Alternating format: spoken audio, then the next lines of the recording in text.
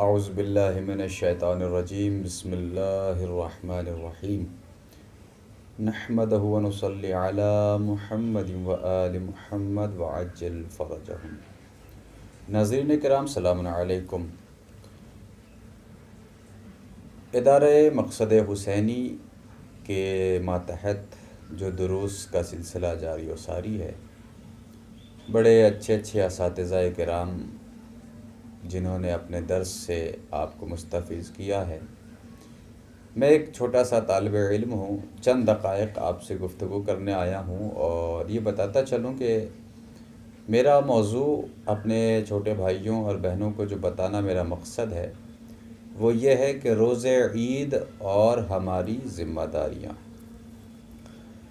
ماشاءاللہ آپ سب ماہ رمضان المبارک میں روزے بھی رکھ رہے ہوں گے اور عبادت الہی بھی انجام دے رہے ہوں گے، تسبیح الہی بھی انجام دے رہے ہوں گے۔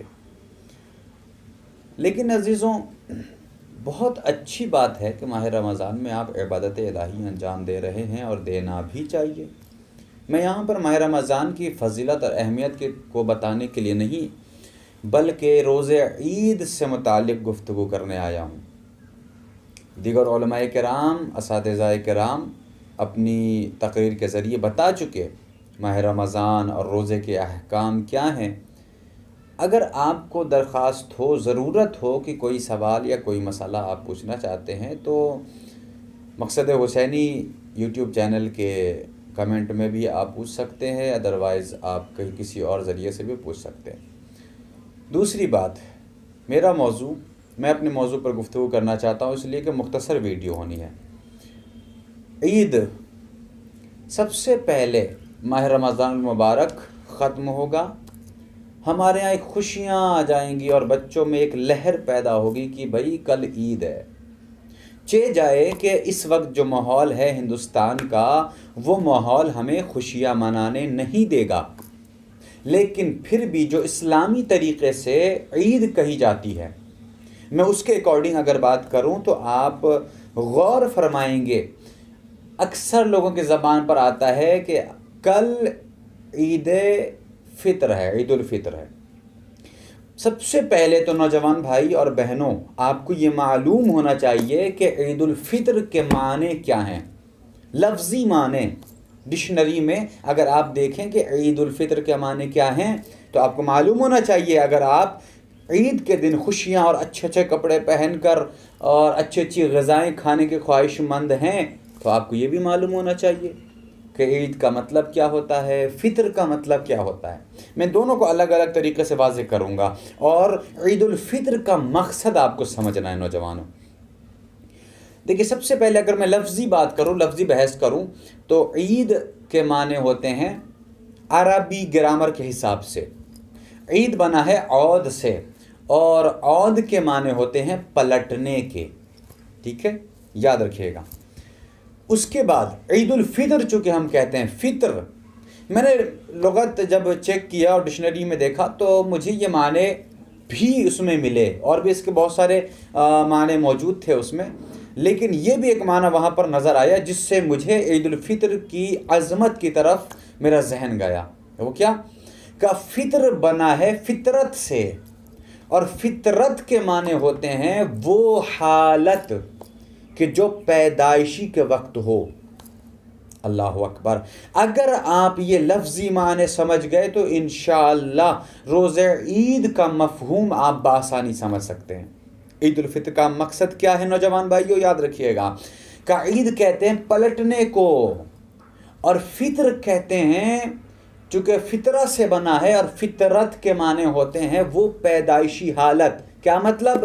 وہ پیدائشی حالت کہ جب انسان نے اس دنیا میں پہل قدم رکھا، اور وہ پاکیزہ قدم رکھا کہ جب اس نے گناہ کا تصور بھی نہیں کیا تھا، بے گناہ انسان اس دنیا میں آیا تھا، اس حالت کو کہتے ہیں۔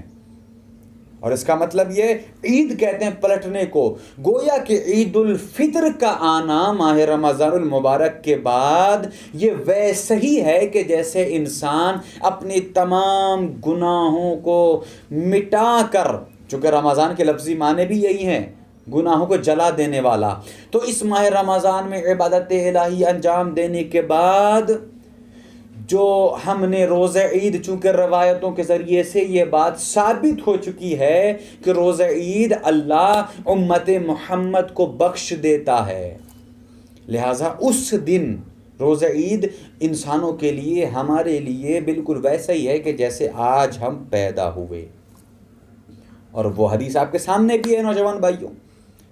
وہ حدیث کیا ہے کہ آپ جانتے ہوں گے، آپ نے سنا، رسول خدا صلوات اللہ علیہ فرماتے ہیں کہ وَكُلُّ يَوْمٍ لَا يَعْصَى اللَّهُ فِيهِ فَهُوَ يَوْمٌ عِيدٌ۔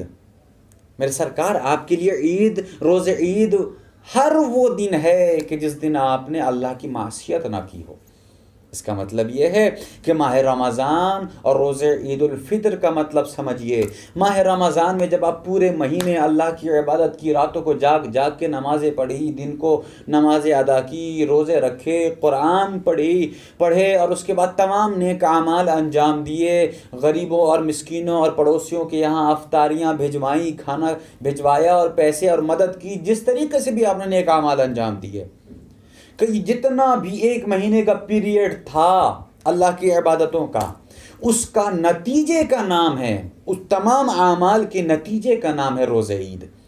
گویا کہ روزہ عید اللہ ہمارے گناہوں کو اس اجر، اس ثواب اور اس اعمال کے تحت، یہ اللہ ہمیں اجر دیتا ہے روزہ عید، جو ہم نے ماہ رمضان میں اعمال انجام دیے ہیں۔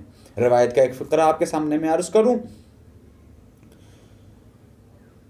شیطان، ایک روایت ہے کہ شیطان روز عید بدحواس ہوتا ہے، پریشان ہوتا ہے، افسوس کرتا ہے، افسوس سے ہاتھ ملتا ہے۔ ایک روایت میں ہے کہ شیطان بڑی تیزی کے ساتھ چیخیں مار مار کے رو رہا تھا، چلا چلا کر افسوس کر رہا تھا، رو رہا تھا۔ دیگر شیطانوں نے جب یہ دیکھا تو سارے کے سارے شیطان اس کے پاس جمع ہوئے، روایت کے جملے ہیں عزیزوں، اور جمع ہونے کے بعد اس سے سوال کیا کہ میرے آقا، آپ آج افسوس کیوں کر رہے ہیں؟ آج آپ رو کیوں رہے ہیں؟ تو شیطان کا یہی جملہ تھا، چونکہ روزہ عید کا واقعہ ہے، شیطان روتی ہوئی آنکھوں سے کہتا ہے کہ آج امت محمد کو اللہ نے بخش دیا، اس کے تمام گناہوں کو بخش دیے۔ اس کا مطلب یہ ہے کہ روزہ عید ہماری مغفرت کا روز ہے۔ میرے سرکار، نوجوان بھائیوں، میری بہنوں، روزہ عید صرف اور صرف نئے کپڑے پہننے کا نام نہیں ہے۔ روزہ عید صرف اور صرف اپنے جسم کو خوبصورت بنانے کا نام نہیں ہے۔ ہاں، روزہ عید کے مستحبات میں سے ہے کہ اچھے لباس پہنیے، خوشبو لگائیے، وہ تمام چیزیں آپ کو کتابوں میں مل جائیں گی، لیکن جہاں پر جسم کو خوبصورت کر رہے ہیں، کاش آپ روزہ عید اپنی روح کو بھی خوبصورت کر لیں۔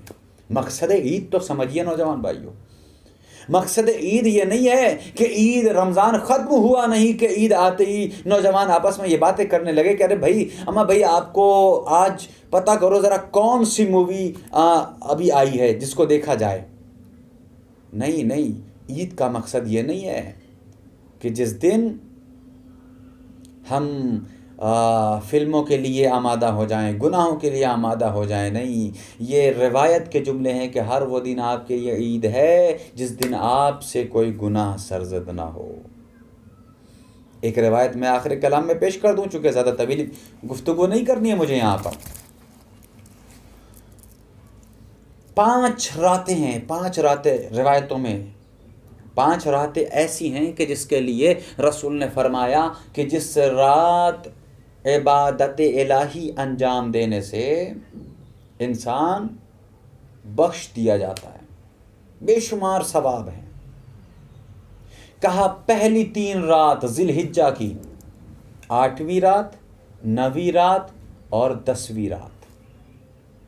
اس کے بعد چوتھی رات کون سی ہے؟ کہا یہ شب عید الفطر ہے، جس رات صرف آلتو فالتو حرکتیں کرنے کے لیے رات نہیں ہے، بیجا حرکتیں کرنے کی رات نہیں ہے، بلکہ عبادت الہی کرنے کی رات ہے، بارگاہ الہی میں سر کو خم کرنے کی رات ہے، تسبیح الہی پڑھنے کی رات ہے۔ اس رات بخشش ہو جاتی ہے۔ اور پانچویں اور آخری رات جو روایتوں کے میں نقل ہوئی ہے وہ ہے ماہ شعبان المعظم کی 15ویں رات، جو شب برات کی رات جو شب برات کہلاتی ہے۔ اس رات عبادت الہی انجام دینی چاہیے، اور یہ راتیں وہ ہیں عزیزوں جو ہمارے گناہوں کو بخش دیتے ہیں۔ ہاں، نہایت آخر کلام میں ایک جملہ کہنا چاہتا ہوں اپنے تمام ناظرین کو۔ دیکھیے، آپ اگر روز عید اپنے بچوں کو اپنے گھر میں عیدی دے رہے ہیں، تو چونکہ ہندوستان کا جو ماحول ہے اور اس کورونا جیسی بیماری اور وبا میں جو لوگ پریشان حال ہیں، ان کے بچوں کو بھی ضرور یاد رکھیں۔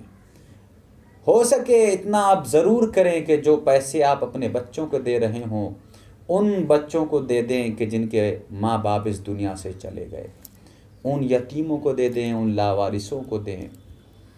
اللہ آپ کی ان عبادتوں کو قبول فرمائے، پروردگار تمام نیک حاجات کو قبول فرمائے۔ والسلام علیکم ورحمۃ اللہ۔